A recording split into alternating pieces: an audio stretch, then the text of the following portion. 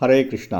தெய்வ திரு ஆச பக்திவேதாந்த சுவாமி ஸ்ரீல பிரபுபாதர் பிரிவான பொருள் உரைகளுடன் அழிய ஸ்ரீமத் பாகவதம் காண்டம் 3 பகுதி 1 பராமரிப்பு அத்தியாயம் 3 பகவானின் லீலைகள் பதங்கள் 25-26 25ஆம் பதம்.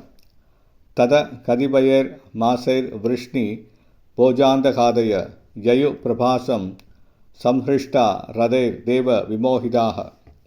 மொழிபெயர்ப்பு. ஒரு சில மாதங்கள் கடந்தபின் தேவர்களின் அவதாரங்களான விருஷ்ணி, போஜ மற்றும் அந்தக வம்சத்தினர் அனைவரும் கிருஷ்ணரால் விதியால் மதியிழந்து பிரபாசத்திற்கு சென்றனர். அதே சமயம் பகவானின் நித்திய பக்தர்கள் அங்கு செல்லாமல் துவாரகையிலேயே இருந்தனர். 26ஆம் பதம். தத்ர ஸ்நாத்வா பித்ரூன் தேவான் ருஷீம்ஸ்வை தத் அம்பசா தர்பயித்பாத விப்ரேப்யோ காவோ பகுகுணா தது. மொழிபெயர்ப்பு.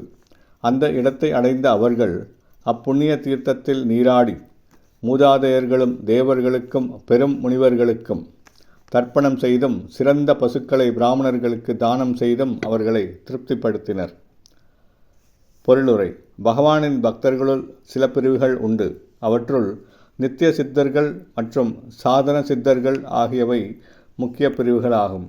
நித்திய சித்த பக்தர்கள் பகவானின் நோக்கத்தை நிறைவேற்றுவதற்காக சில சமயங்களில் பௌதிக உலகிற்கு வருகின்றனர் என்ற போதிலும் அவர்கள் இழிவடைவதே இல்லை. சாதன சித்த பக்தர்கள் பந்தப்பட்ட ஆத்மாக்களிலிருந்து தேர்ந்தெடுக்கப்படுகின்றனர். சாதன சித்த பக்தர்களுள் கலப்படமான பக்தர்கள் மற்றும் தூய பக்தர்கள் என இரு பிரிவினர் உண்டு. கலப்படமான பக்தர்கள் சில சமயங்களில் பலன் கருதும் செயல்களில் உற்சாகம் கொண்டவராகவும் மனோதத்துவ கற்பனையில் ஈடுபடும் பழக்கம் உள்ளவராகவும் உள்ளனர். ஆனால் தூய பக்தர்களோ இத்தகைய கலப்படத்திலிருந்து விடுபட்டு பகவானின் தொண்டில் முழுமையாக ஆழ்ந்துள்ளனர்.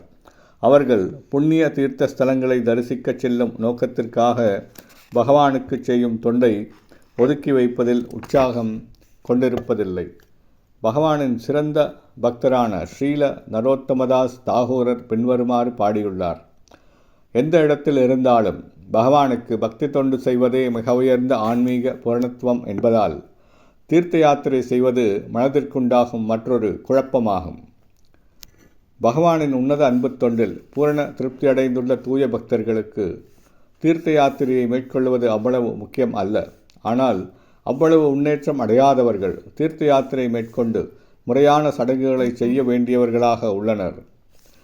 பிரவாசத்திற்கு சென்ற யதுவம்சத்து அரச குடும்பத்தினரில் ஒரு பகுதியினர் ஒரு புண்ணிய தீர்த்தத்தில் செய்யப்பட வேண்டிய எல்லா கடமைகளையும் நிறைவேற்றி தங்களது முன்னோர்களுக்கும் மற்றவர்களுக்கும் தர்ப்பணம் செய்தனர்.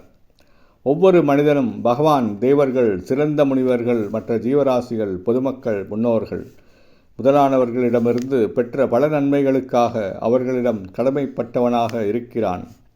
இவ்வாறாக நன்றி கடனை திருப்தி கொடுக்க ஒவ்வொருவனும் கடமைப்பட்டுள்ளான்.